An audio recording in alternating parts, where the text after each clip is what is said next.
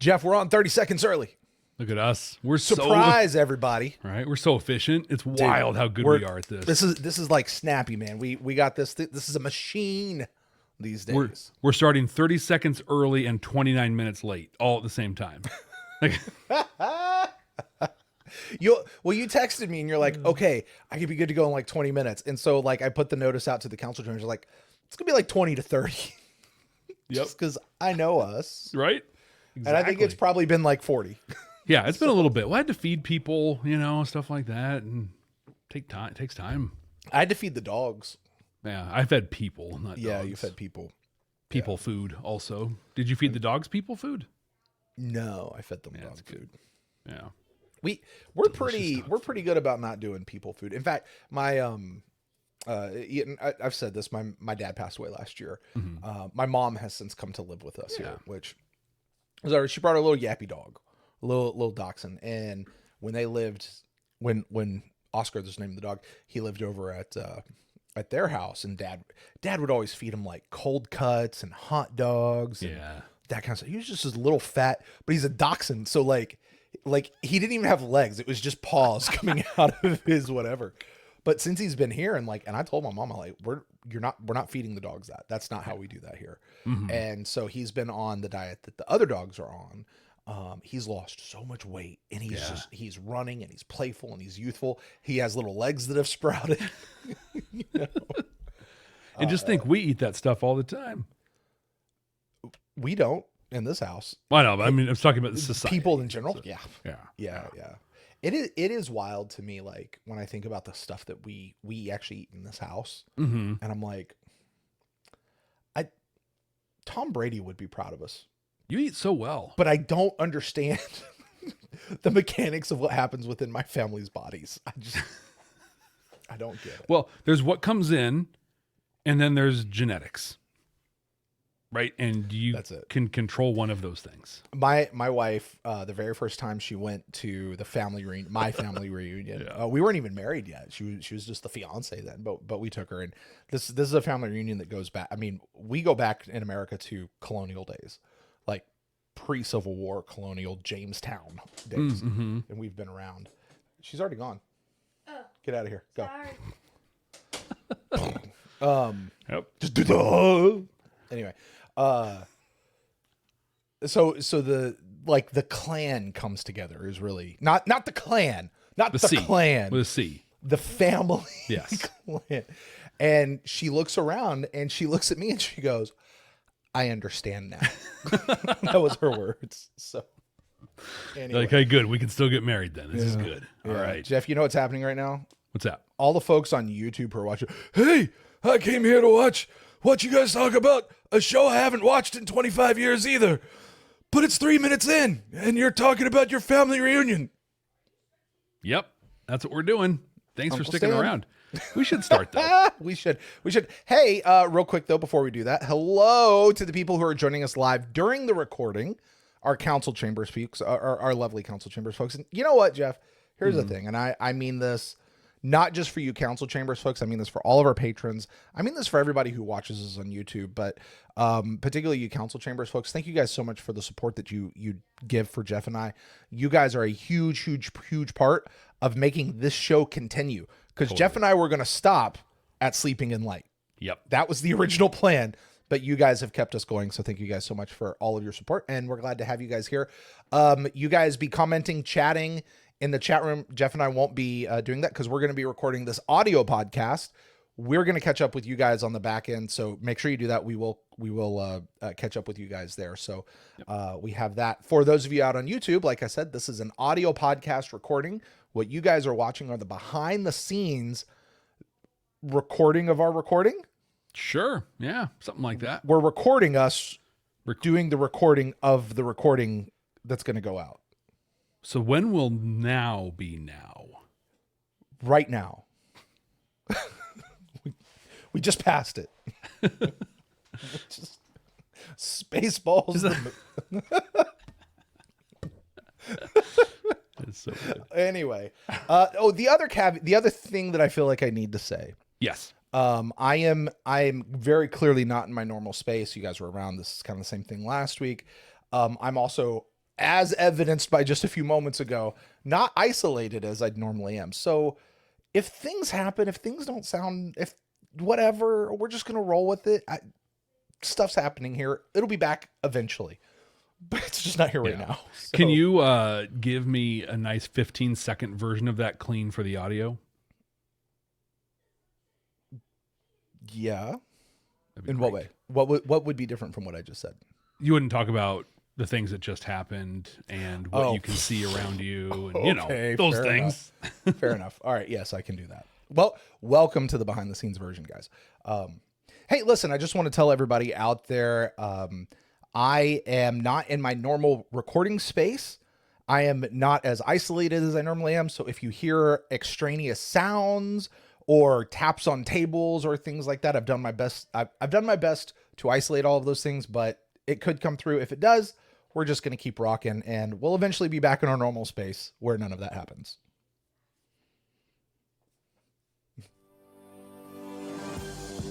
No, Jeff. No? This is Stargate.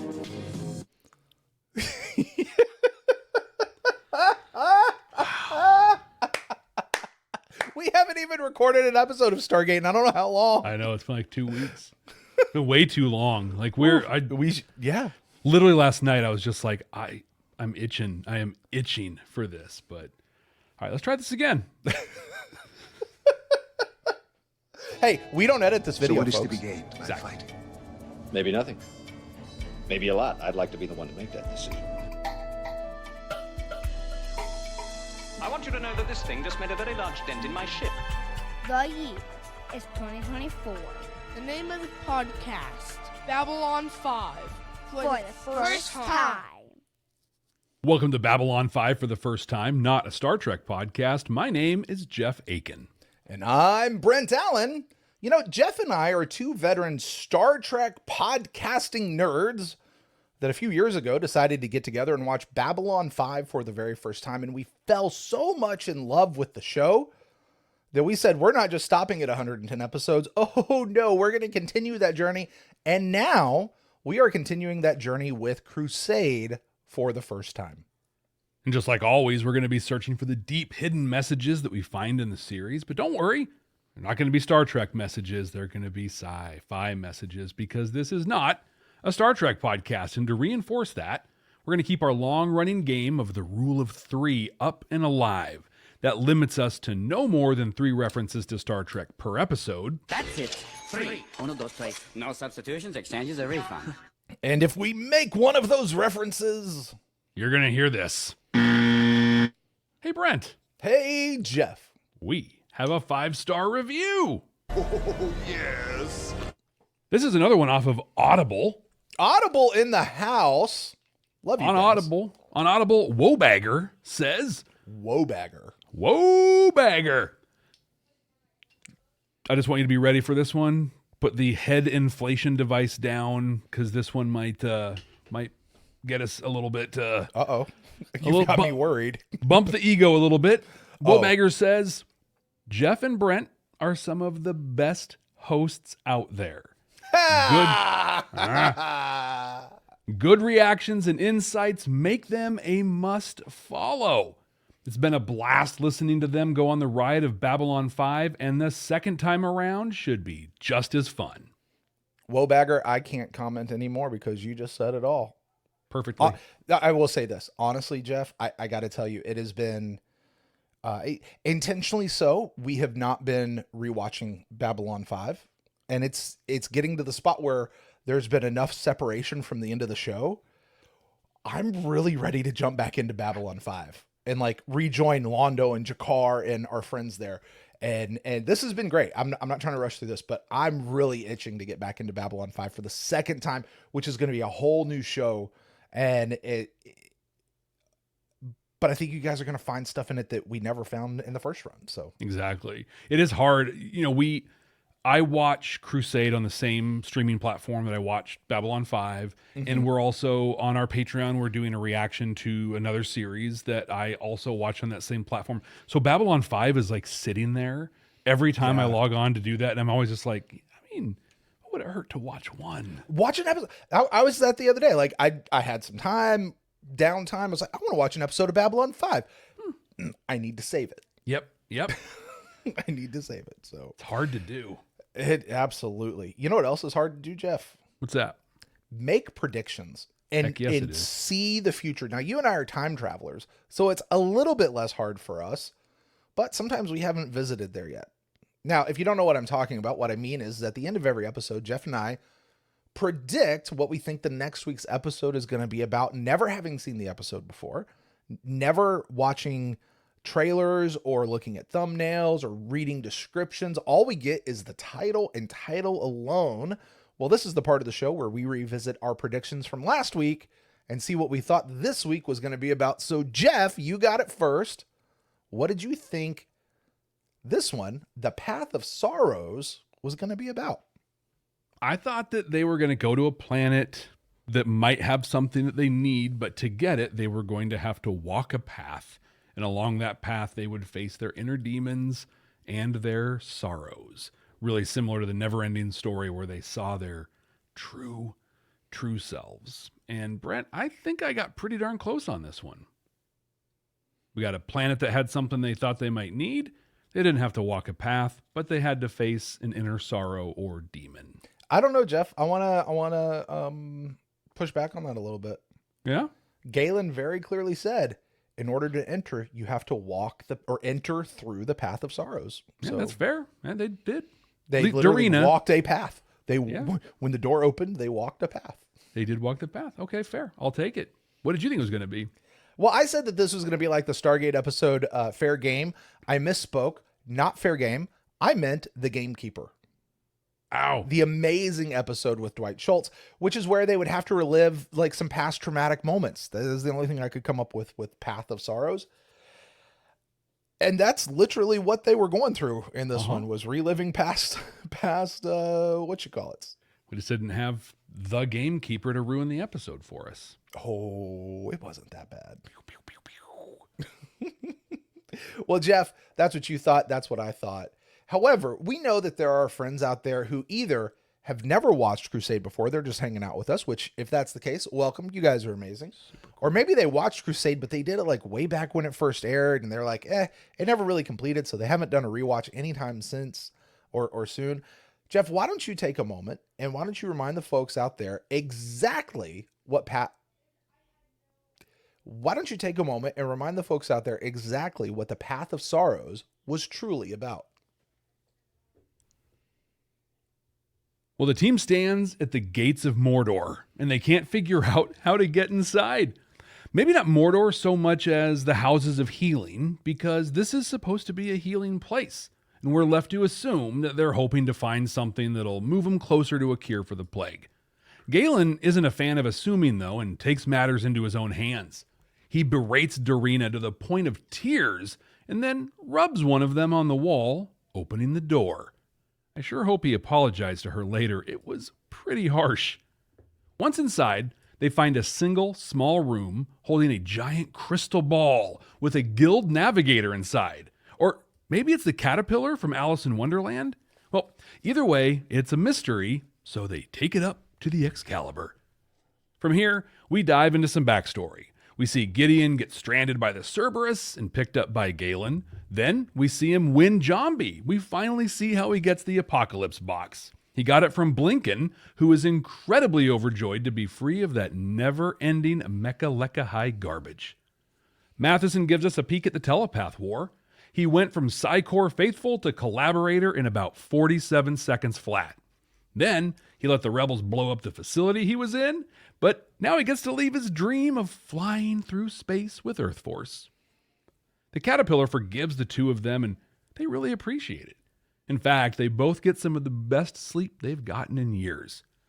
Doesn't go that way for Galen, though.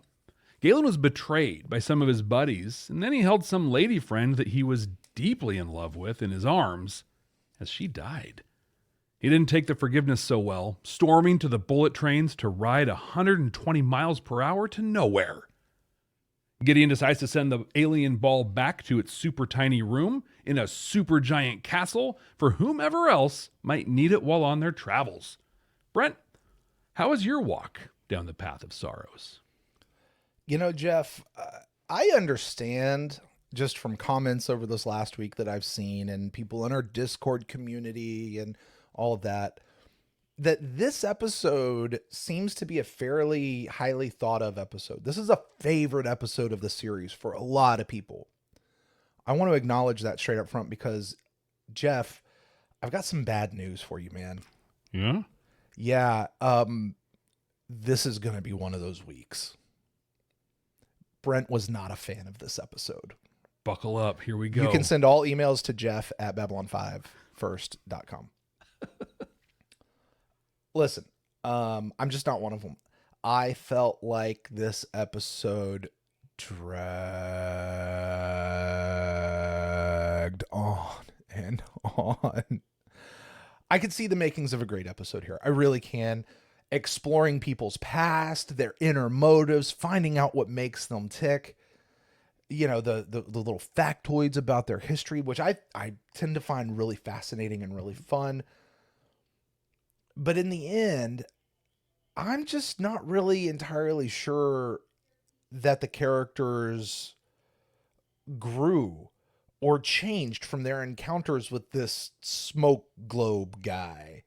I know they told us they did, but they didn't show us that they did. And what I mean by that is Gideon goes through his whole experience and then at the end just turns around and walks out.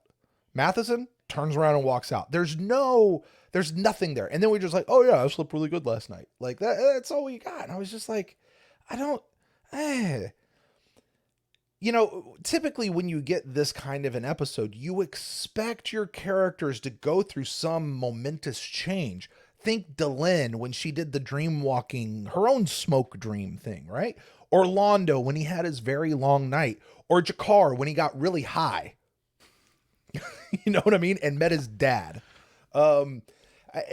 It's just, this episode did not do it for me. Interesting facts here and there. There was some like, oh, that's what he was talking about there. Oh, now we see that. Okay, that's cool. But in the end, it's a big meh. And for me, honestly, Jeff, I hate to say this. This is probably a hard skip for me on future rewatches. How about you? Wow. Yeah. You know, I think bringing up the very long night of Londo Mollari is perfect. This felt like a very contrived version of that episode. I think my chief complaint with this is just the concept of this alien. Mm-hmm. We don't know what it's there for. Don't know why it does its thing. Just here's a plot device so that we can give you backstory. It's almost like they're in the writer's room and they're like, we need to know more about our characters and start showing some of the things. I think especially with Gideon's story that we're going to get, we need to start laying some of the groundwork. In fact, for Gideon specifically, I felt like this was his And the Sky Full of Stars, where we had all these questions about Sinclair, and then finally that showed us everything that happened up to a point. We've had these questions with Gideon, and now we have some real answers, and we have a narrative behind that. Yeah. So I liked that, but I think the whole thing was just like, how are we going to tell this story?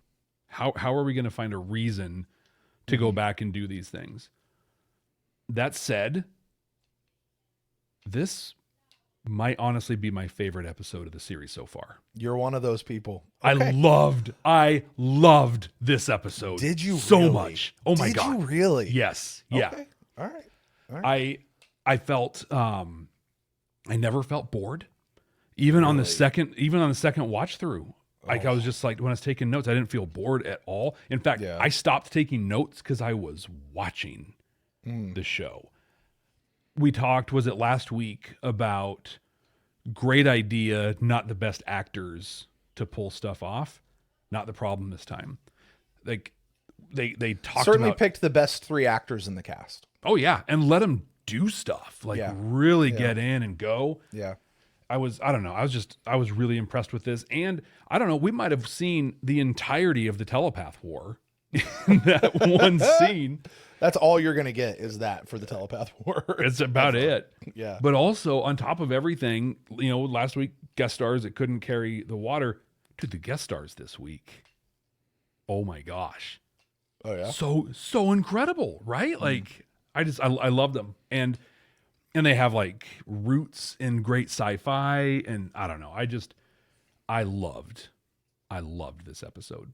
I even made the comment at one point that, I bet Brent's glad he's the one ranking this one and not me.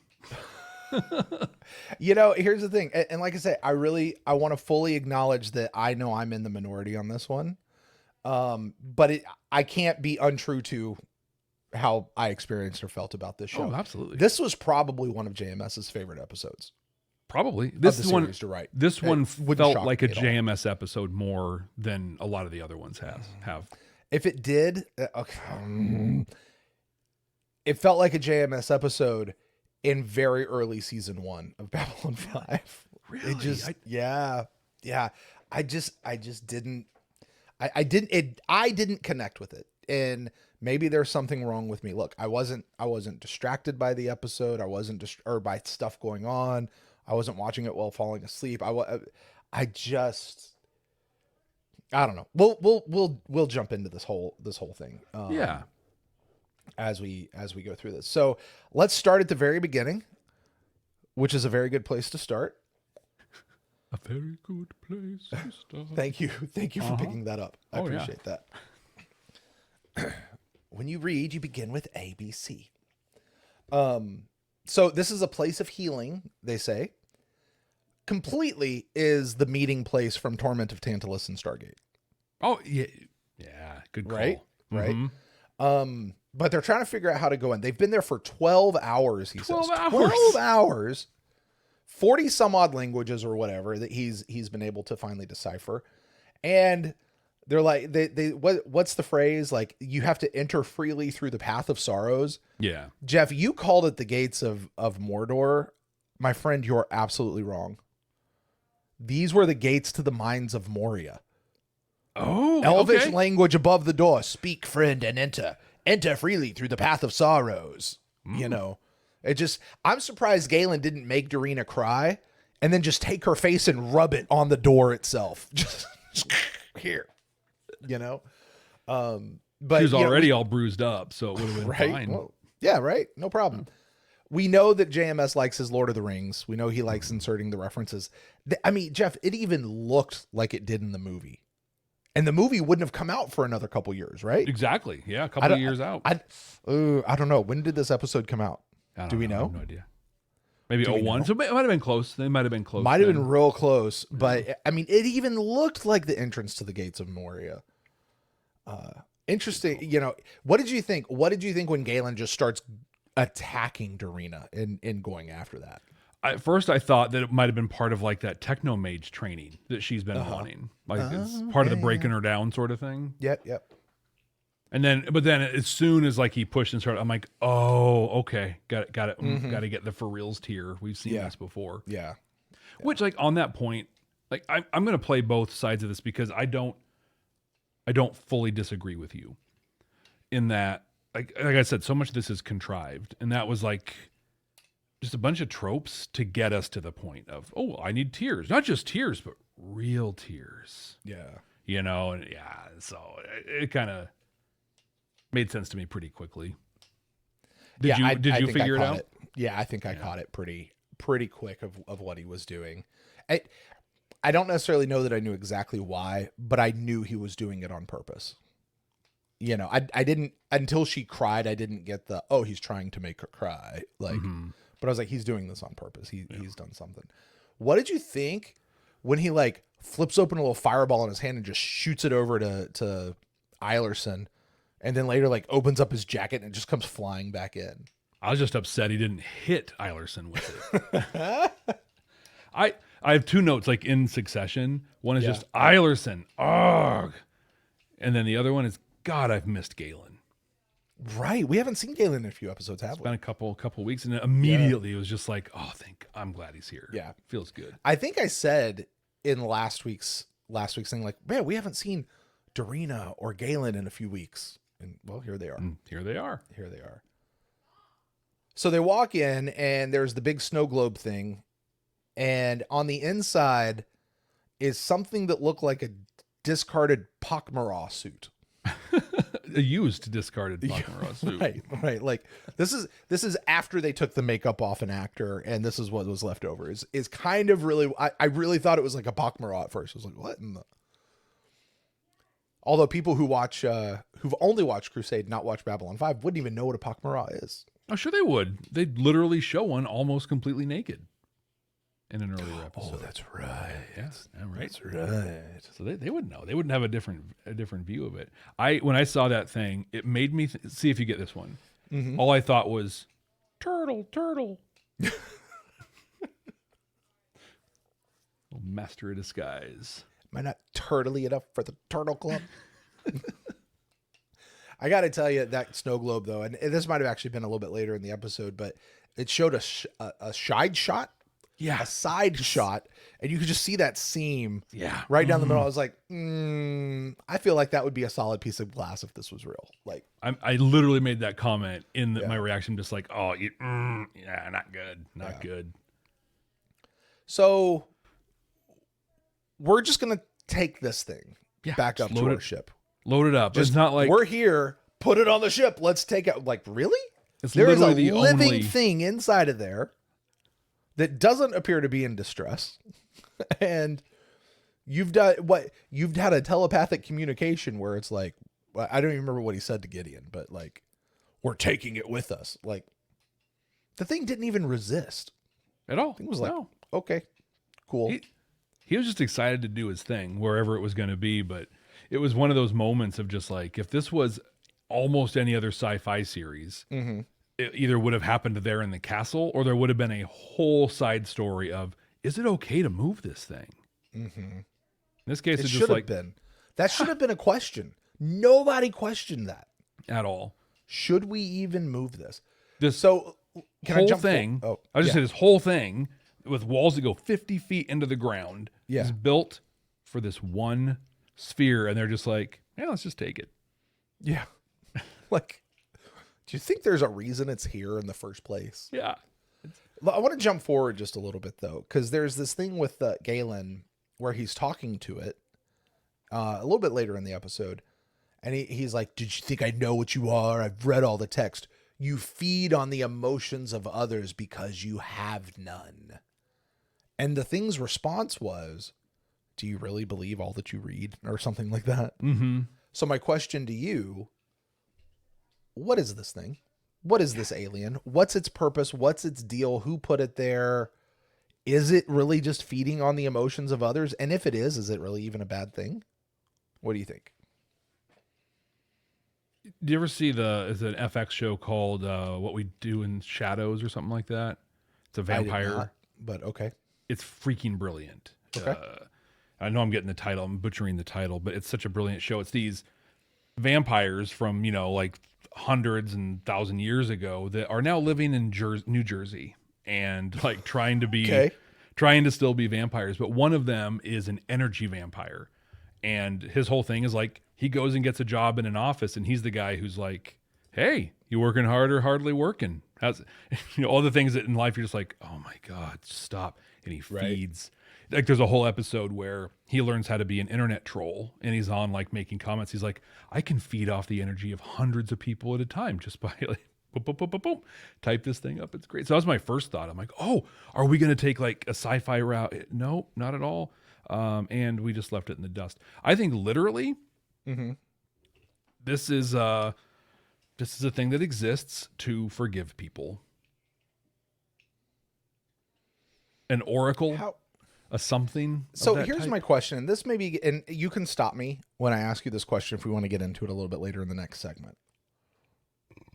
How is it that this being, offers forgiveness? Can offer forgiveness?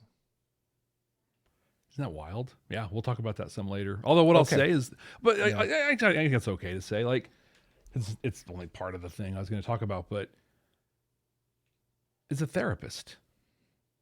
Dude is just a therapist. Imagine going to a therapist, and instead of them saying, tell me about this thing, they just pull it from your brain, and you experience it, and then you're feeling things. And then in current society, in medical practice, the therapist is like, that was good work. That was good work. Here's some tools for your toolbox. But this one is just like, yeah, it feels bad, doesn't it? Well, I forgive you. Because the question that we'll ask later on is, does it really matter where forgiveness comes from? Well, that feels like something we should say for later in the segment, so I won't dive into that. But it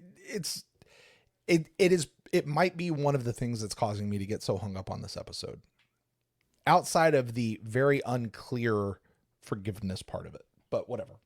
The thing with newer TV is we have to explain everything, right?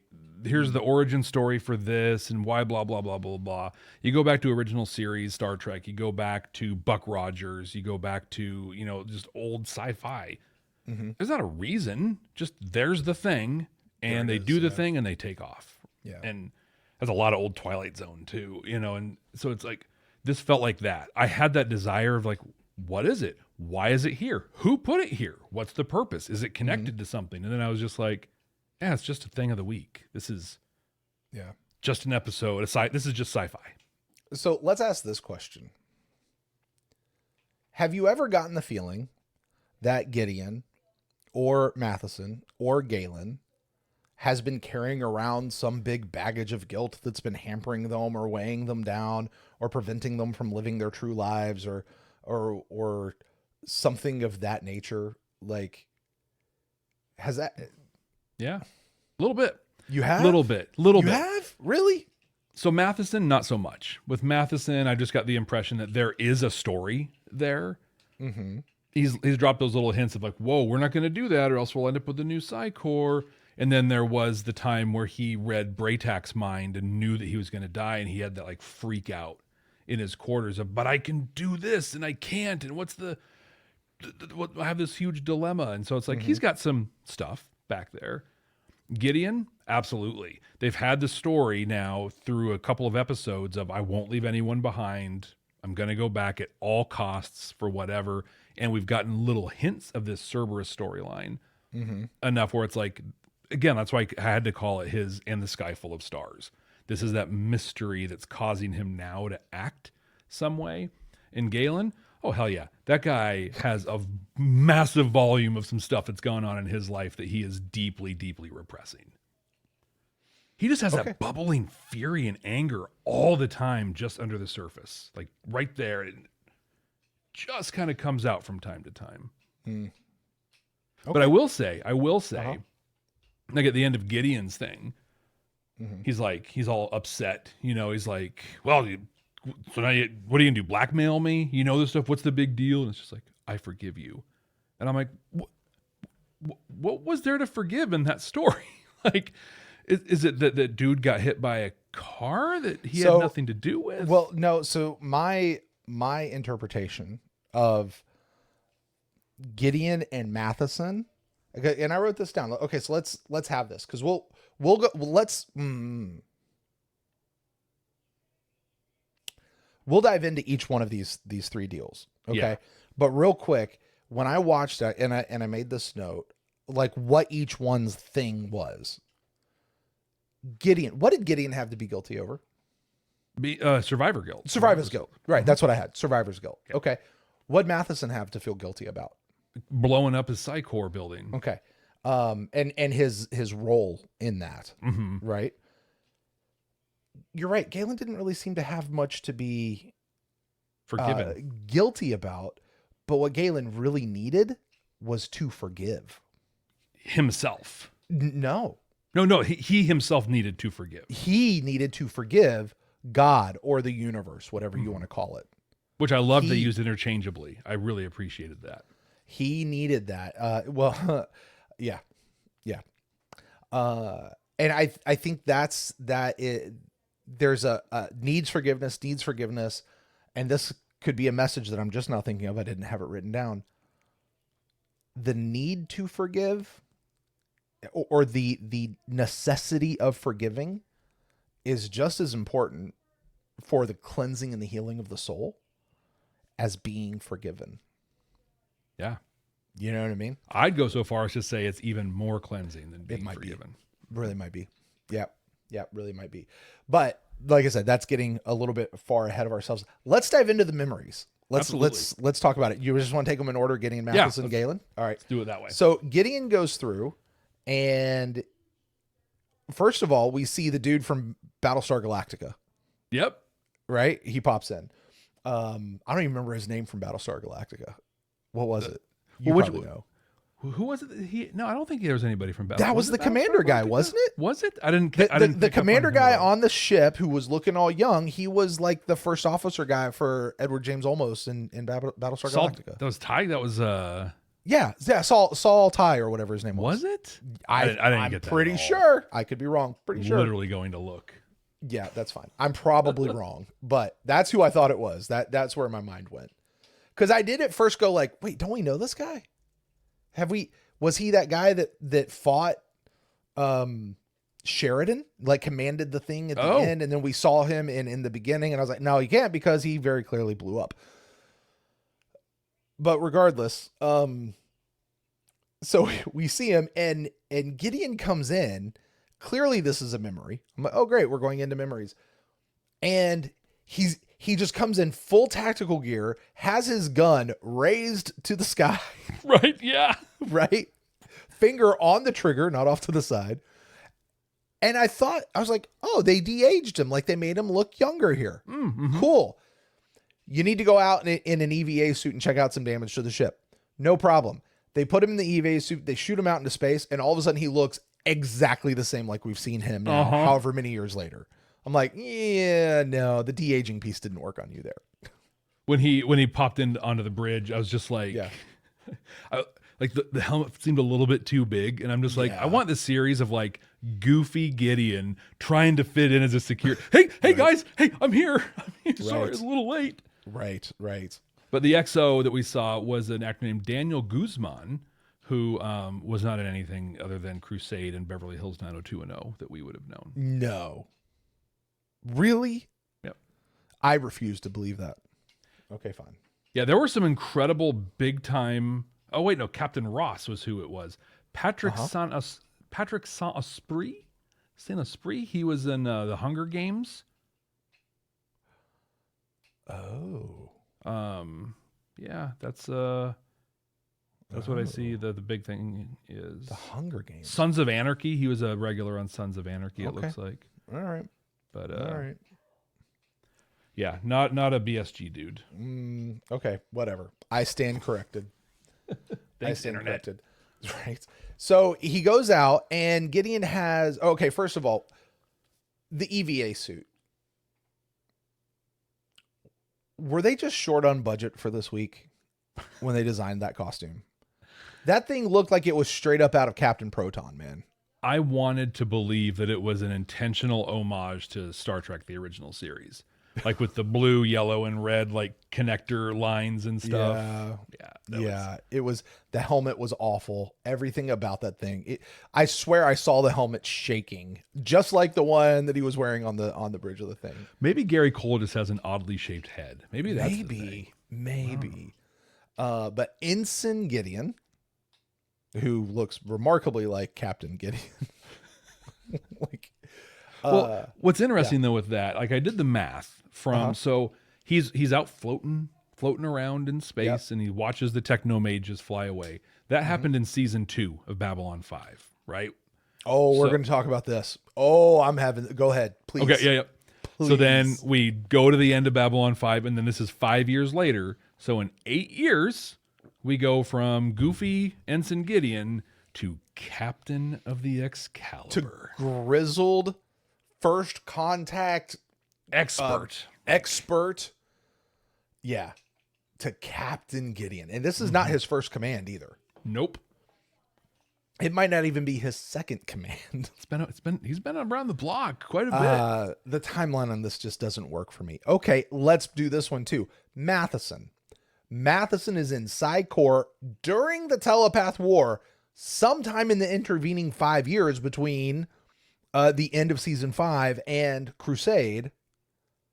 And all of a sudden he's the lieutenant commander, first officer. So this is the thing with Matheson. He's a lieutenant, just a lieutenant. Because if he was a lieutenant commander, they call lieutenant commanders commander. They call him lieutenant all the time.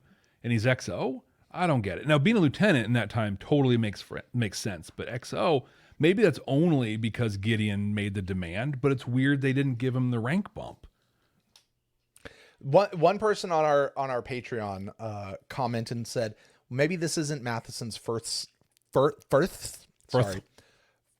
stint in Earth Force. That he was in Earth Force, came out of Earth Force to join Psi Corps because of Psi abilities coming forward or something like that. And then, and when he came back, he already had he just didn't lose his rank. Maybe. And continued with that rank. Because he did talk about, my dream was always to be in Earth Force, and they don't let telepaths in Earth Force. So that could have been the story behind it, was maybe his powers showed up while he was serving, and they're like, nope. But either way, to be XO of the Excalibur and being a lieutenant, that's a little ridiculous. I could also see them giving him rank based on his Psi Corps experience. That would be the other thing I would think. It's almost like being an Eagle Scout and then enlisting. I think Eagle Scouts started in E2 instead of an E1. Oh, do they?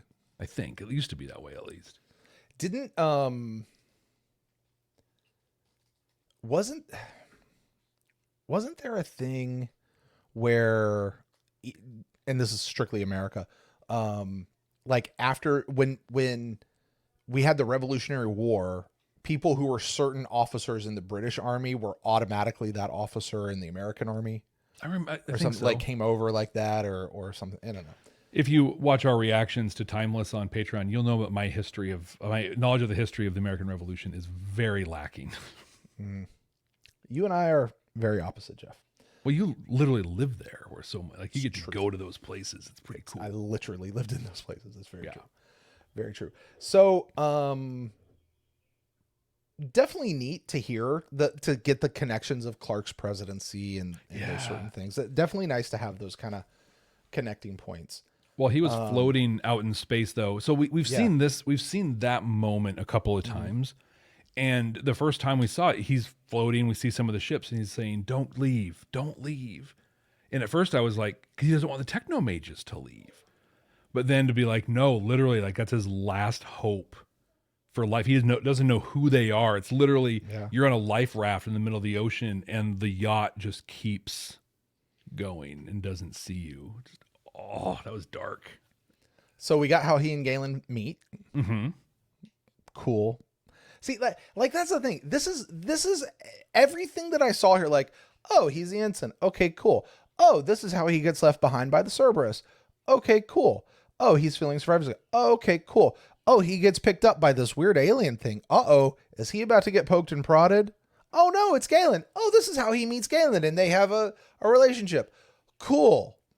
Oh, this is how he gets the Apocalypse box. It's called an Apocalypse box? Sure it is. Okay, cool. And then he turns around and walks out of the room. Pretty much. I wonder, did you get the impression that the ship that blew up the Cerberus was a shadow ship? I did, but it looked weird. It looked way off. Did not look like a shadow ship. And the laser beam that it shot out, totally shadow weaponry. Mm-hmm. It had the thing, but it wasn't like you know what it looked like? Because you remember how like the shadow ships look like a crab. Mm-hmm. Called them the battle crabs, right? This thing, have you ever seen, I know you have, you ever seen Beetlejuice? Oh yeah. Do you remember the sculpture that Delia's stepmom, Catherine O'Hare, had? That, like it trapped her against the roof, the side of the house. That sculpture, it looked like one of those. Absolutely. Yeah. That's so great. That's a perfect description. Like, not quite a shadow ship. It made me think of like a shadow teddy bear. Like if it was like a little stuffy that a shadow would have that also has a laser on it. Right. But so part of me was like, I'm sorry. I missed this while we were talking about the suit. The suit had a miniature Starfury on the back. Oh, did it? I didn't even notice. Did you notice that? No. It was like that was his jet thing, like shooting him out there. Like it had all the maneuverability of a Starfury, made total sense. But when you looked at it, it was the X Starfury. You could see it like over his shoulders, like the little things. And I was just sitting there going, was it upside down or not? That's all I was concerned about, was whether or not the Starfury was upside down. Because if it's upside down, it's very important that you make a comment on a YouTube video about it. It's the only way it can sit there, folks. Right. I get it. It just balances. I know. I did love that they had Mark Blankfield as the guy who had the Apocalypse box before. He's just a great character actor, and I don't think I recognized him. he was in Robin Hood Men of Tights, is where most people would recognize him from. He was Blinken in that, but and then he's been in, so much. He's been in just one of those guys who's been in so much, mostly like in the 80s and early 90s sort of a thing. But it was funny because he was older, a little thicker, than he was before, just healthier, I guess he looked. But he was so perfect for that role of just like, you win. It wasn't over the top crazy. Okay. Maybe this is just the fact that Brent doesn't play a whole lot of poker, but his question was, will you take collateral? Mm-hmm. Now, in my world, collateral is you're going to give me a loan, and if I can't pay back the loan, this is what you get to keep. Not, will you just let me put this in as part of the bet? It was just a weird way to say it. Well, it's collateral because if you win, you're just loaning it to the pot, essentially. I guess. With the hope that you're going to win, and then it just comes back. I guess. Except in his case, I don't think he wanted to win. Well, I was going to say, he went through all of that with a 2 pair. Exactly. And he was trying to lose. Mm-hmm. And when I first saw the 2 pair, I was like, really? He bet all that on a 2 pair? No way. And then later I was like, oh, he did that on purpose. Okay, got it. He won that it makes out. sense. I will say, I loved that deck of cards. Oh, yeah? It looked so cool. Like little lightning bolts almost. That was pretty great. Yeah. Yeah, I did like that he was laughing to just be rid of it. Mm-hmm. And then he's telling Gideon, he's like, I'm free. I'm finally free.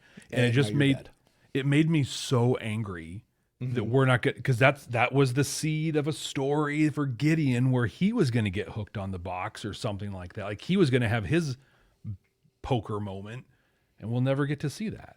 Yeah. I'm okay with that because I got to tell you, this apocalypse box feels to me like something, and I'm probably way off base. I'm probably way wrong about this, but still, it feels to me like this is something that not even JMS fully understood what it was when he started writing it. Yeah, it does. And it just feels like if he would have kept going with the show, it would have been something that he would have jettisoned from the show really early and just would have left it. Like Bureau 13. Now I understand why he had to get rid of that one. The whole thing of San Diego being destroyed. What are the other things that just got left? Yeah, I feel like this would have been one of those things. It doesn't feel to me like he truly knew what this thing was, what its history was, how it's going to hey, we haven't used a buzz yet. It's the temporal Cold War. We're going to have this thing, but we don't really know where it's going or what we're going to do with it or what's what. I think he knew exactly what it was. You do? I think, yeah. I know I'm wrong. I'm probably wrong. Because like the way he set this story up with it being, I mean, why tell the story of how he got it in this way unless there was somewhere to go with it? Also, we've seen it, twice before, and it has spoken to him. And it can't really understand it, but it has a very Vorlon feel to its speaking. And so I think it's going to be something tied to First Ones in some way and probably evil and all this stuff. I think he had a full story arc planned for that thing. You're probably right. I will fully admit that. It didn't feel like this was a fully fleshed out thing to me. Imagine if we watch the first season of Babylon 5, there's a hole in your mind, and then we never saw In the Sky Full of Stars because they canceled the series. You'd be like, well, that was a dumb idea they kept bringing up for no reason. Turns out it was brilliant. But even if they didn't cancel the series and they kept going and they're just going to drop it. Or they're going to wrap it up into a really dumb way, like, I don't know, some Nazi time hopping thing. That's the way it usually goes with sci-fi. Right. But yeah, I figured it'd be the thing of Gideon going crazy and then Galen or Darina have to save him and pull him from the brink or something. Yeah. But yeah. So Matheson does his thing. Yeah. And did you catch the actor the guest actor we got in this one? It was Soval. Soval, yeah. It was Soval. Yeah. Which makes all the sense of the world because Vulcans are telepaths. Yep, exactly. And we don't. That's not a reference. That's an actor. That's one. It's Yes. a guest star. We don't have to Yeah. buzz it. What is his name in real life? Isn't he's also a Gary? Gary Graham, I think. Gary Graham. There it is. Yep. Yeah. He so perfect for this. Like the minute it was him, I'm like, awesome, it's him. And then I'm like, of course he's a psychop. Like, yes. Absolutely. He's perfect for that. Absolutely. I had a moment where I was like, oh wait, so is this set during the telepath war? Like, of course it is. Okay, got it. And that's when I started doing the math on what. Wait, this would have just been like 3 years ago. Mm-hmm. Maybe 4. Like, really? Literally a minute ago. But He seemed, what we saw, though, I just want to clarify. What we saw was the end of the telepath war. I think. That's how the telepath war ended. We blew up Psycor. Dunsky. Sure. Maybe. I don't even know that was Psycor. Like, they kept talking about going off to Syria Planum, which is the base we know about them. So I don't know. I don't even know where this base was for sure. If it's the place that we saw in, Bester's sitcom episode, I have no idea. But I want to read my note exactly as I wrote it when I saw this scene. Oh, look, Matheson is discovering that the core is bad. Oh, please tell me that he becomes the inside man and is responsible for bringing down the entire core and ending the telepath war. there you go. Yeah. And did it literally, he flipped like a pancake so fast. It was just hey, these people are actually dead. And he's like, oh my gosh, they are dead. Let me blow this place up. What? And he's driving the little thing as they're getting away, and he's just like, oh my gosh, what have I done? It's like, this just happened. Oh my God. Yeah. I think there was a big missed opportunity with the rebel telepath that he was interacting with. Do you remember? I can't remember her name. And I don't remember Tallman. No, I'm going back even further. Further. Season Talia 1. Winters. Oh. Season 1, there was that like The little kid? the little kid. You're talking about the kid, the 16-year-old, right? The one they sent to Minbar. And like, we're gonna protect her. Ivanova, tried to save her. Speaking of a thread that we never picked up again. Exactly. Ever. Oh, I'm telepath. Good for you. Good for Although, you. to be fair, I haven't even thought about that until this moment right here. But yeah, it would have been so cool if it was her, just to tie it, through. You can have anybody be the actor for it. Well, you know who it was supposed to be, don't you? It was supposed to be Pat Tallman. Really? Supposed to be Lita? Yeah. Yeah, it was supposed to be Lita, but like she wasn't available or something like that, I feel like that would have made more sense. Yeah. Yeah, it was supposed to be Lita. So Because she could have telepathed, him and then like, oh yeah, you're right, I do get it. Or something. Yeah. Somehow been Yeah. a little more. Again, I read the comments. That's which I got to tell you, Jeff, it's so much more fun not having to skim comments and like avoid them for spoiler reasons and like not really know if it's a spoiler or not. So you just sort of skip over it altogether anyway. Like it's okay. You can get stuff. When he's in there though, talking to that rebel scum, I'm like, how are they not monitoring the prison cells? Like they can just talk about this. Right. This is Psycor, for God's sake. Really? Right. Well, I'm also sitting there and like, okay, so he's not giving her the medicine. I understand Matheson's a really powerful telepath, right? I guess. He's like a P12. I think he's supposed to be like a P12. Like he's supposed to be a pretty powerful dude. Nobody's picking up on the fact that he's being duplicitous here. Right. You're Nobody. surrounded by Bester telepaths. isn't picking up on being somebody. Yeah. But also, I'm sorry, his whole job is to go in there and give her an injection once a day or however often he's supposed to do that. No alcohol swab, no cotton ball, no Band-Aid, just leaving her with track marks and bleeding at the end of every time. Yeah. He had the cotton ball to kind of wipe because he wiped the little stuff he spittled on her arm. But it's just, no sanitation going on. I was like, wow, dude.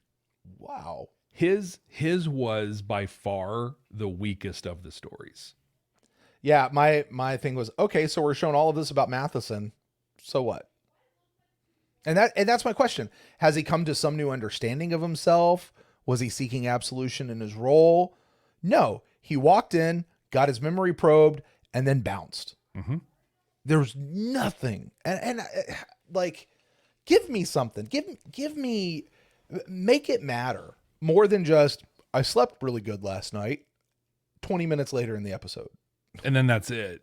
Gideon, yeah. I think Gideon moved. I think there was movement for Gideon in that in a therapeutic sense, right? Of this thing that's you holding think so? me in. Oh yeah, this thing that's holding me in a place where I can't move forward. I can't do things like. Okay, I've moved forward. I've addressed that. The whole, and especially the piece of the survivor's guilt, where he's like, yeah, it's not my fault. Like, I had nothing to do with this. It's okay. I think but we didn't see it obviously in this, but I think again, just in the narrative arc, it was there with Matheson. Like, my only note was, well, I guess that was the telepath war. Like, we got that. And granted, I've been very curious about Matheson and his telepath background and whatever. It's interesting to have seen. Right. It's not going to this won't make a difference for me in his story moving forward. Honestly, I think I felt the same way about Gideon's piece as well. And it's just not going to matter for me, you know. I just understood him so much more with when he was hanging out there by himself, watching the ship get blowed up, and then watching the technomages just go on with it. I don't know. Did you know those were technomages when they flew over? In this, I did, because we not. saw it in Warzone. I think it was Warzone when they showed it, and he talked about watching the technomage. And we've seen Galen's I don't ship. remember that. I honestly don't remember that. Oh, really? Yeah. I don't remember that scene. I do. So you talk about how you felt like Galen really had a moment here. Again, this is the disparity between you and I watching this episode. I actually felt like Galen, and this may be because of how I understood his story. Galen didn't get forgiveness. Galen wasn't even seeking forgiveness. Galen was pissed and mad at a god that he says he doesn't believe in, yet he's still mad at him, or the universe, whatever it is you want to call it, for killing his girlfriend, because if she's dead, then that means that this entity somehow said that she deserved to die, which there's a lot of fallacy in that presumption, which I don't know how much we need to go into, but he comes out of the end of that unmoved, just like the first two guys. And then we get to the end of the episode and he receives this message, right? Yeah. And the girl told him, like, if it's real, I'll find a way to come to you and send you a message and you'll know that I was right the whole time. And, you know, you can forgive God or whatever she said. Well, that's what happens. And Galen reads the message, has his moment where he considers it. He thinks about it, mumbles, it's impossible, mumbles. And then he decides, he makes an active decision to crumple the paper up and disregard it all the way around. And he makes the decision to not forgive this entity or being that he does not believe in, and to continue to carry on to the bitterness, which binds him up. Yeah. Not that he was healed. He chose to stay in you know what he did, Jeff? He chose to live here. Exactly. To keep living right here. That's what he chose. In this moment, in this time, we'll talk about that a little bit more too in a little bit, because and I think that was the point of his story, was to show the other side of everything. And I liked the way they did it from a cinematic standpoint, just mechanics. He's heading back onto that bullet train. And at the same time, Gideon's talking about, you know, sometimes it's harder to forgive than it is to just try and fix the thing. But when we try and fix a mistake, we make more mistakes that just make things worse. And then we keep cycling around. You never break out of the cycle. You never break out. Go around and around. And it's showing Galen in that train when he says that. And it just, to me, it just showed so much of that fire that lives within Galen. Galen's not your comedy relief technomage guy who says stuff. No, this guy's the guy who will burn the universe. Yeah. And smile the whole time. Yeah. Like, that guy lives inside of him. I did love that was, I'm sorry, to that point, my last note that I took here was, in the end, Galen chooses anger and bitterness. Exactly. He chose it. He chose the dark side in every way. I had a really hard time with the writing for his girlfriend. Dearest Galen, I had planned one day to make a tapestry for you. I had a really hard time with the girlfriend. Yeah. Period. Agreed. All the way around. Like, they had so little chemistry that when he went in to kiss her, I could see the disgust on his face. Like, he's just like, wow. It wasn't good, but she had one line that I loved, and she's like, maybe one day you'll forgive God for his decisions. I'm sure it will greatly relieve him. Like, oh, Galen, I need his forgiveness. Yeah. But I think there was a piece on this storyline that echoed what we watched last week, where David Williams would rather have 5 years with his fiancée, with his love, and then die than forever and not have her again. Mm-hmm. She said a thing that echoed that in a way where he was so upset, like, I'm going to lose you. I found you and you're amazing. I'm going to lose you. And she's like, I'm so thankful for the time we've had. It's amazing we met and our paths crossed. I'll be forever thankful for this. And just that way of looking at it, I think she was the David Williams of this episode. Like, yeah, I would rather have had this undisclosed amount of time with you and then go than never to have had it before. It was very romantic, I thought. The whole idea of going nowhere. Him and Galen and Matheson in the bullet train. I would love like a whole storyline of those two just philosophying back and forth on each other. Matheson has incredible wisdom for his experience, and we've seen it play a number of times. Galen has a really unique perspective on it. And just in this little moment where they were taking an idea back and forth, I thought that was great.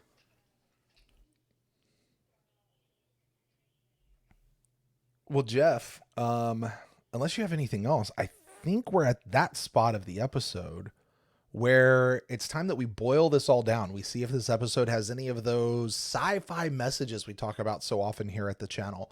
Do they have deep moral messages? Is it holding up a mirror to society? Is it giving us hope that we can be better in the future? Or does it tell us how we can be better people to each other? And how much is this delivering its message in its own unique way, its own unique Crusade way?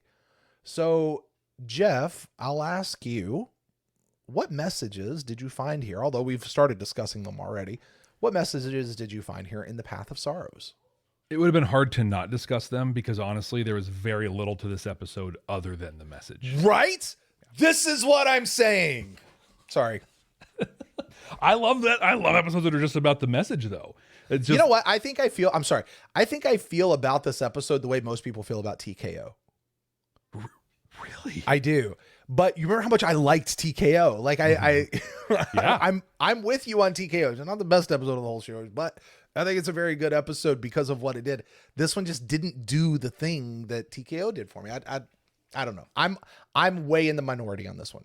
Although I know I'm going to own, and I wrote a bunch on my message. I'll read it here in a minute, but I want to own up front. I think why it resonated for me so much is it was the right episode at the right time for me. Oh, yeah. Yeah. I can see that. Yeah, I'm not going to go into things. You're very aware of the things. I do have a little bit I'll talk about, but the stuff, what my life has been lately, and forgiveness has been a very, very in front of me thing on a daily basis. And so like, I think it, and I'm, I'm in therapy on not, here we go, everybody. There was a while ago, not too long ago, I was seeing 4 therapists every week. Like it was I'm down to 1 and it's great and amazing.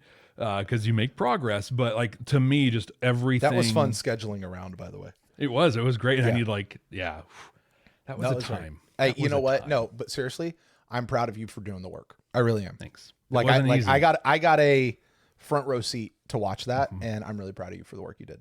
Thank you. I'm actually tearing up from that. Thank you. It was a lot. But yeah, so I think I want to own that. Like I don't think this is an objectively great episode. I think it's just for Jeff at this moment when he was watching this, it was perfect. Yeah. So like, the message, it is forgiveness. That's it. Forgiveness and the need for us to get things off of our chest, to share things, to get in. Like this episode basically is a resounding endorsement and commercial for good therapy. Yeah. What's interesting about this alien is that he had nothing to do with any of the situations, but he was the one to offer forgiveness. And in offering for the forgiveness, even though he had nothing to do with it, still impacted each person. For Gideon and Matheson, they slept well, right? That was great. But it caused Galen to double down on his hatred and his anger. because this person had the gall and the audacity to forgive him for this. I think that I talked about it a minute ago, that dichotomy between Galen and Matheson, or Gideon and Matheson working, and for Galen, him just getting upset. Like, that's important to know about forgiveness, because while forgiveness is magical, it's not magic. It doesn't just fix everything. It is amazing. It's awesome and it's powerful, but on its own, it's just a thing. It's just a thing. From my personal journey that I've talked about here, I know that forgiveness is a daily, hourly, minutely decision that is made. It's not a you're forgiven and all is good, right? It's something that you have to make all the time. And forgiveness in itself is a decision. It's a decision to let go of resentment and to stop giving energy and life to someone or something that has hurt you, to not focus on it forever and all of the time, just to let it go. That's what forgiveness is. Letting go, though, takes so much work. It's not just it's all good. Galen had not done the work. He had not opened himself up. He wasn't in a place where he was ready to stop giving his energy to this hurt, wherever it was pointed at. Mm-hmm. Whereas Gideon and Matheson were at a point where they were able to do it. Mm-hmm. On my reaction video, I talked about this, but I follow and read a number of the Catholic mystics out there, Thomas Merton, Father Richard Rohr, and a lot of others. But I think it was Richard Rohr made a comment on a podcast a while ago that we all heard that God is love, right? Mm-hmm. And I think that's a statement people of most faiths could go, yeah, God is love. But Father Rohr said, God is forgiveness, like forgiveness itself. Just in this Babylon 5 world that we've been in for so long, let's look at the impacts of forgiveness, right? Gideon and Matheson slept well. That was awesome. But we had Brother Edward and passing through Gethsemane. Yeah. That was so big, it set the tone for all of season 3. We referenced that episode more than probably almost any other episode in the series. There's Londo in Jakar and everything that happened there. Which was actually the story of the entire series. The whole thing, absolutely. Yeah. The point of Babylon 5 was a story of love and forgiveness and asking for it and admitting that you were wrong. Just all of those, humility and all those things. Yeah. Forgiveness ultimately is the literal action of loving somebody. It's just too bad this episode used a corny, contrived plot device to get there. But it spent time on the danger and the reasoning behind not forgiving as well. Mm-hmm. Gideon said it in that thing we talked about a minute ago. It's easier to not forgive or expect forgiveness. Can I read that? I actually wrote the quote. Oh, yeah, please do. Please do. It says, it's easier not to want forgiveness or to expect it.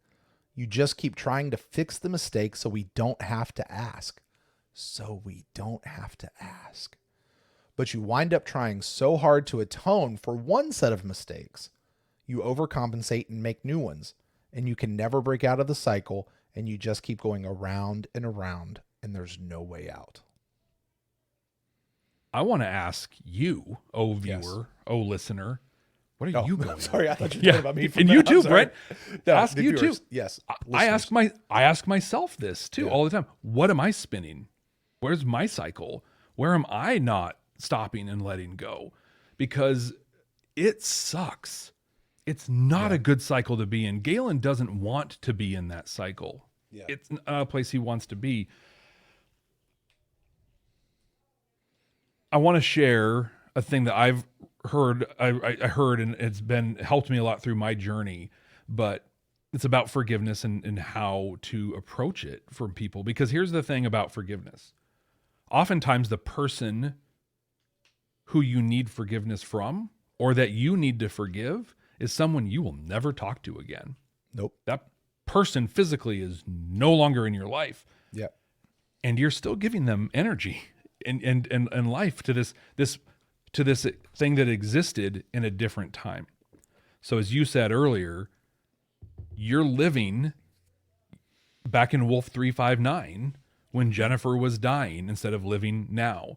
You're living when your girlfriend died from one of your friends betraying you, but somehow it's God's fault that happened. He's still there.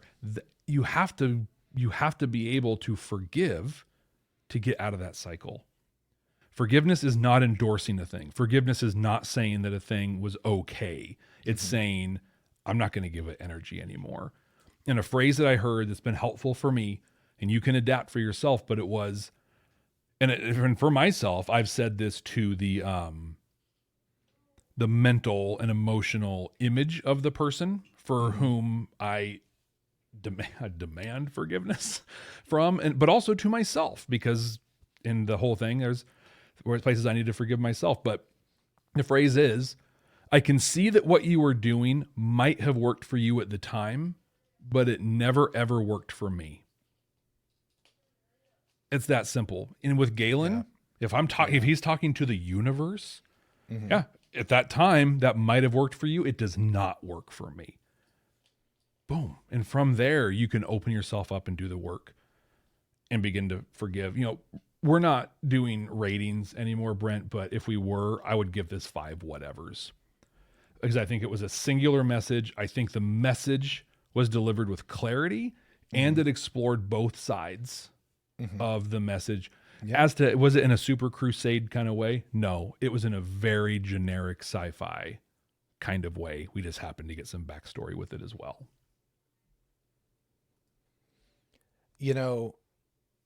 I appreciate you going there, and saying things, because you have had your own journey through this. As you mentioned, this is not the first time we've talked about forgiveness here on this show. We've talked about it at some length multiple times. So I don't want to necessarily rehash all of those things. Every time we talk about this, though, we always get lots of comments and lots of emails, and some of them are very, very, very angry. And I think of Gideon's quote here. I think of Galen, but I think of Gideon's quote. It's easier to not want forgiveness or to expect it. You just keep trying to fix the mistake so you don't have to ask.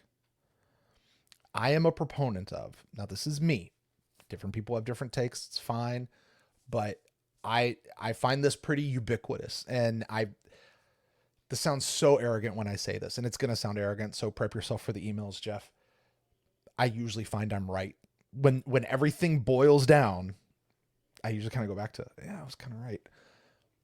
There is this, you say that there's no magic in forgiveness. And no. Right. Yeah, I'm saying it is magical. It is not magic. Yeah. Exactly. It does not undo the harm that has been done, right? You say that it's, I'm no longer going to give energy to it. The way I define it is I'm no longer going to hold that person on the hook for what it did.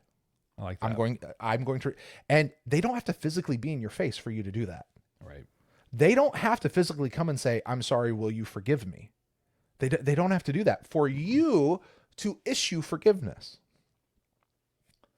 But I will still go back to the piece of when you have wronged someone, when you are carrying this guilt, for you to go ask for forgiveness is Gideon. We just keep trying to fix it so we don't have to ask, because you know what? Asking for forgiveness is scary and it's hard. And it's admitting stuff that, frankly, we'd rather not admit. Yeah. So we just want to fix it. We know that it's wrong. And, there's so many comments that we get from that of, well, it's not, the other person. Yes, you're right. Yeah. And all we have control over is what we do. Is what and how we do. Handle it. And it is scary. It is awkward. It is weird. It is not comfortable. And there is so much freedom to be had. There are so many good nights of sleeping to be able to receive and grant forgiveness. And Jeff, I love what you said. I love what you said. It is not a one-time thing. Right. Granting forgiveness, what makes granting forgiveness so hard, and honestly, even living in having received forgiveness, is that you have to keep doing it. Yeah. You have to continue. Every time you think about that person, you have to go, no, I've forgiven them. Nope, I'm not going to hold that against them any longer. I'm not going to bring that up anymore. This is no longer an issue between me and them. You know, now I do want to clarify, and you said this. Sometimes it's not safe to be in the presence of those who've harmed you. Right. And we want to acknowledge that. Make sure you're safe. But forgiveness is still there to be issued and to be received. Jeff, I love what you said. I may not have enjoyed this episode, but I would wholeheartedly agree with you. This is a 5 whatever episode as far as that goes. To respond to some of what you said that is brilliant and correct, but also get in front of what some people may be thinking. Babylon 5 answered that question of asking for forgiveness, and it did it in a beautiful way. I think it was in the Shadow of Zahadum when Delenn sat down with Jakar and was like, so bro, here's what happened. And then she's like, I hope you can forgive me. And he looked at her, he's like, no, I'm not there. And that's okay. Yeah. That is okay. There's nothing wrong with Delenn asking, and there was nothing wrong with Jakar saying he wasn't ready. But he didn't say never.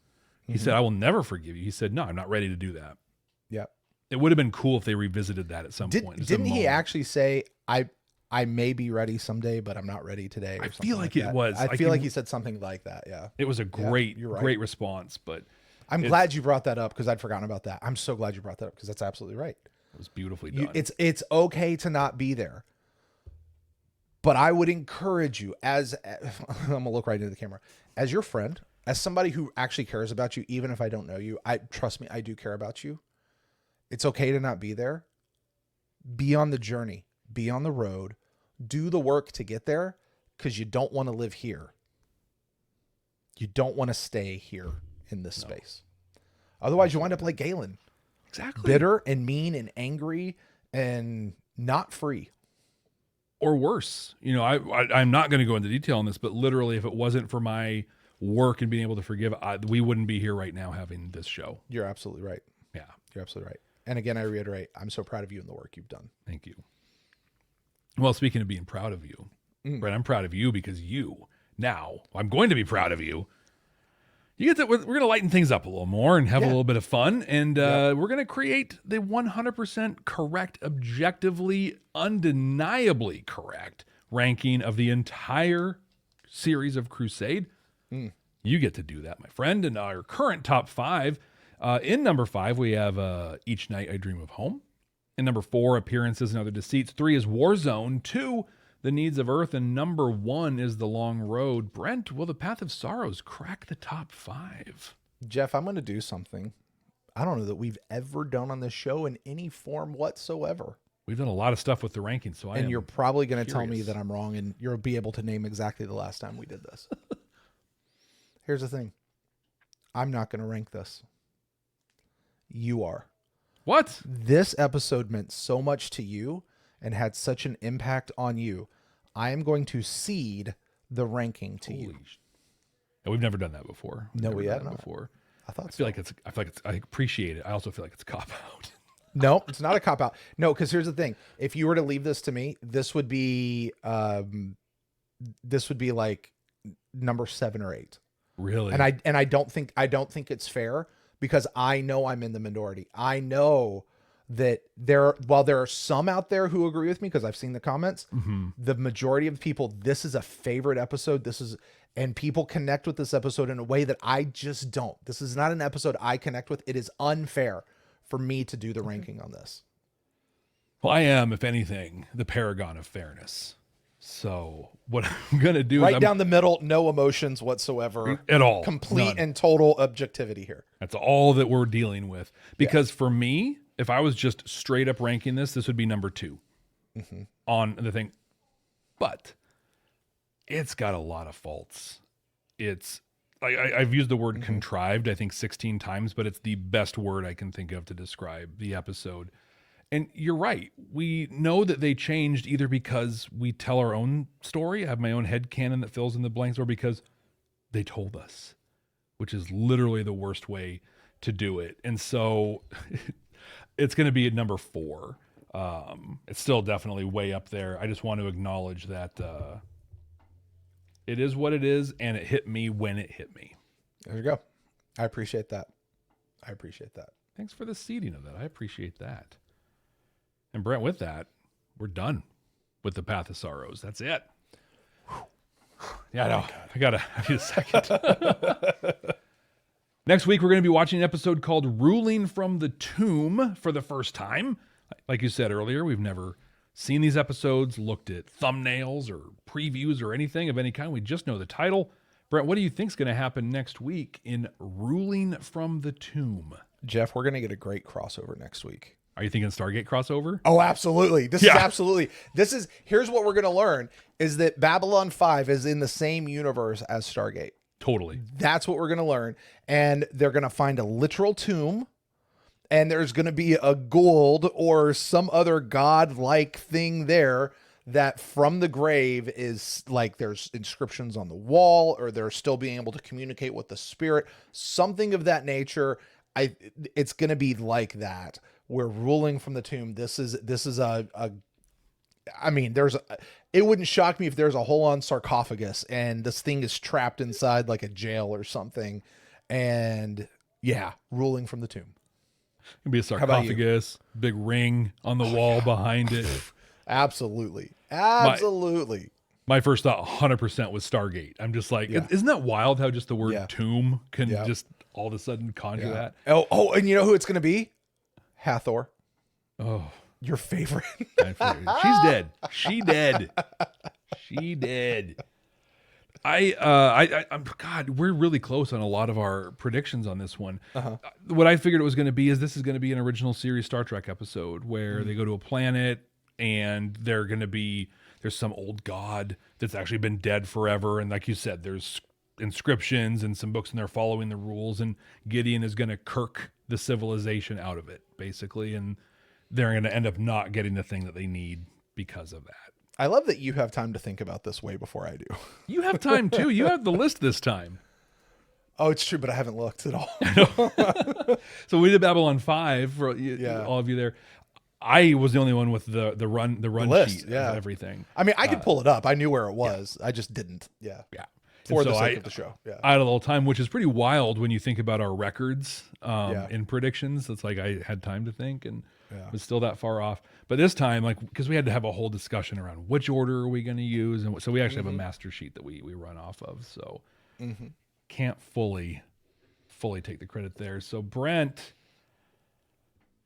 we're going to find out what Ruling from the Tomb is all about next week. Yep. Thank you everyone for joining us. Thanks for sharing this moment with both of us. I appreciate it. Don't forget to subscribe wherever you're watching, listening, rating, review, do all this stuff, right? You know all those things. The thing I like to really just be Jeff, really can I pause you right here? Because I haven't asked for our listeners out there. Oh yeah. Here's what I'd love. I kind of mentioned earlier, we tend to get a lot of emails and a lot of comments and stuff, and a lot of times it's folks who are mad at something that I said, probably because they don't want to ask. Or they're just very much discriminating. Here's what I want to know is if you have a story of forgiveness, or you're in a spot where you know forgiveness needs to be issued or received, you're just not there yet. Here's what I want you to know. First of all, Jeff and I are on your side. We would love to hear your story. If you want it to just stay private between us, we have stuff. Sometimes this happens. People email it. You just say, hey, keep this confidential just between us. We can do that. But we would love to know where you are and what's going on. Just to see. I would love to have you guys do that. Email us at babylon5first@gmail.com. Or go to babylon5first.com and we have a contact form there. There it is. Sorry, I interrupted your flow, but totally fine. I was going off the flow anyway. And if you share those, which people have shared through our journey, some amazing stuff, amazing things with us. And most we have held in confidence. But if you want it shared, let us know. We won't share it in the next week or two just because of our scheduling, but we will share it before we get to the end of Crusade. So, so do that. Send us some emails. It'll be cool. We're going to wrap up right now. So until next time. Hey, Jeff. Oh, yeah, Brent, what's up? I'm interrupting you yet again, but listen, I'm in my son's room. I looked over and I found this weird ball thing. Check it out. Yeah, whatever you do, man, do not look at that. Oh, come on, Jeff. Look. Don't look into it. Don't. Put it back. Put it back. Where are you going? I don't know.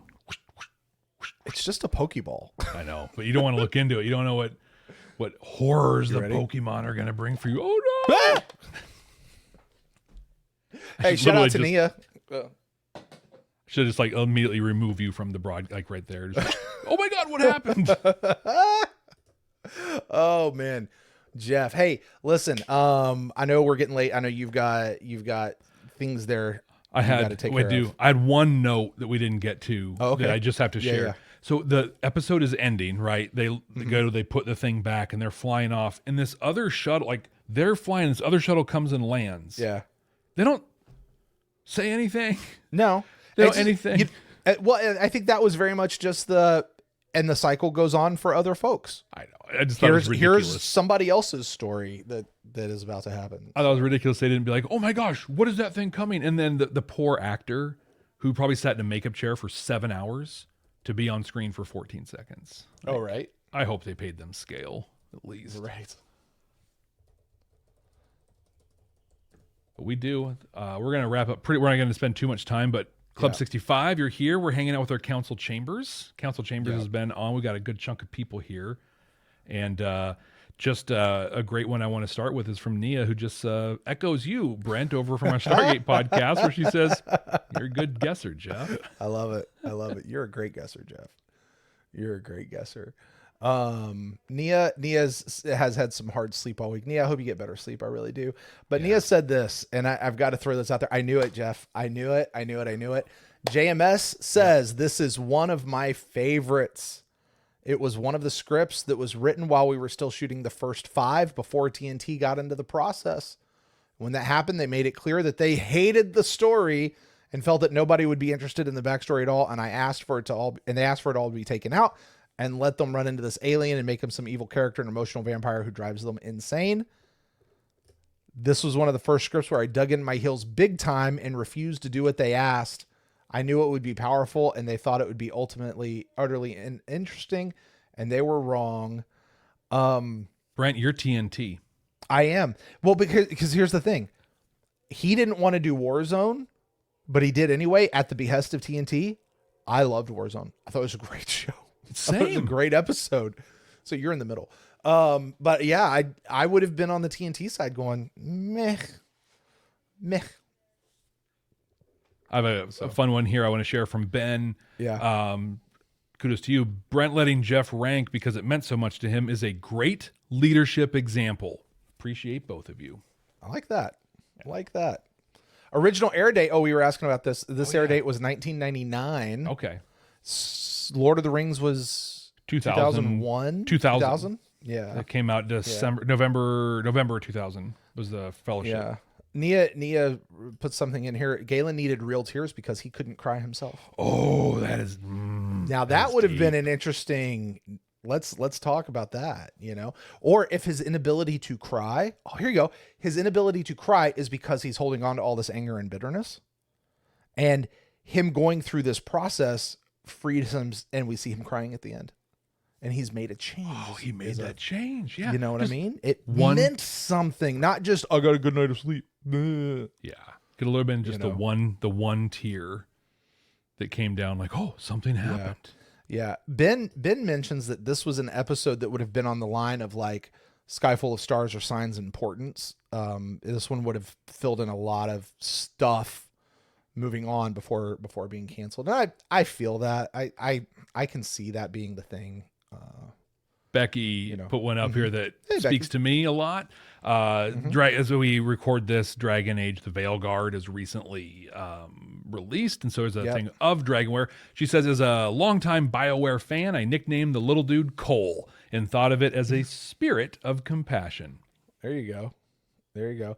Hey, speaking of stuff that's really important to you, did you hear the other day, Jeff? They're coming out with a Mass Effect series. I heard that. Yeah, it's not the first time that's been called to for a treatment. I will say for myself and others in the community, that's exciting and problematic. Yeah. There's it becomes such a personal experience based on your choices and your commander shepherd and stuff that canonizing anything will be divisive. I think the downside of it is I think it's supposed to be on Paramount Plus. Oh, shoot. Because they did so great with Halo. Yeah, exactly. I feel like they've gotten like 3 series right. Yeah. Nia says that Gideon had real survivor's guilt in regards to the Cerebus. Yeah, I think that was really it. Yeah. Oh, here it is. Yeah. Matheson on those front scenes supposed to be with Lita, which would have been amazing, but she wasn't available. Yeah. Ben says. Yeah. Oh, and from Katerina. I love these kinds of things. I want to know how B5 impacted other people's lives, what parts of it meant personally. And I like the idea of stories of forgiveness. But maybe it'd be cool to have some dedicated space for this. Katerina is one of the people who shared her origin, Babylon 5 origin story with us. And I will tell you, mind blowing. And I was, thank you so much for sharing that one with us. I know you put a lot of time into writing it out, and it was an incredible story. We read every word, and we're not going to tell your story because it sounds better coming from you. And it is your story to tell. We hope, Katerina, that someday you do get to share this story for all it's worth, because you're a phenomenal person, and Jeff and I are Totally. tickled to death to get to know you through this. Last one I want to share. I want to go back to Becky and clarify a thing. Whoops, wrong one. Here we go. Regarding the Mass Effect show, if they get Garrus wrong, I will riot. And Becky, I will be right there with you. We will burn this mother down. Sure. It's coming. I'm gonna get there, guys. I promise.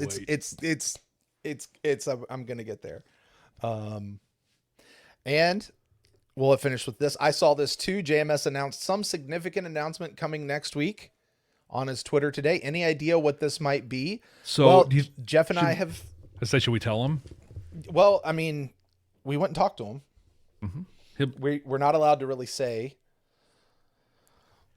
But what you're thinking is not it.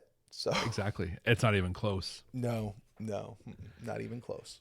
I'll just say that we know more than you think we do and less than we're telling you we do. That's accurate. That's accurate. All right, with that, hey, listen, we're going to get out of here. Council members, you guys are amazing. Club 65, you guys are great. If you stayed all the way through, you are now a part of Club 65. Drop a 65 down in the comments. Lets us know that you were here. And you guys are amazing. Council chambers, you guys are great. It's so good to see you guys. And we'll be seeing you guys. Jeff, we got a hangout here coming up soon in a couple weeks with them. We'll get that scheduled. Yep. And we'll do all that. So you guys are amazing.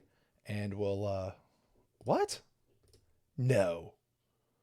Tony Todd passed away? When did that happen? What? No. You can't. Sorry. You can't drop that here. What? What is November he 6th, 2024. He had to have been like, what, 62 or something maybe? Oh my word. Everything's gone in past tense. Was. 69. He was 69 years old. Oh my God. Wow.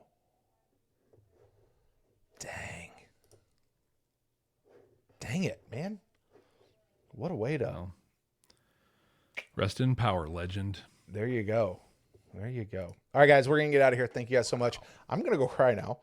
I know. All right, bye, guys.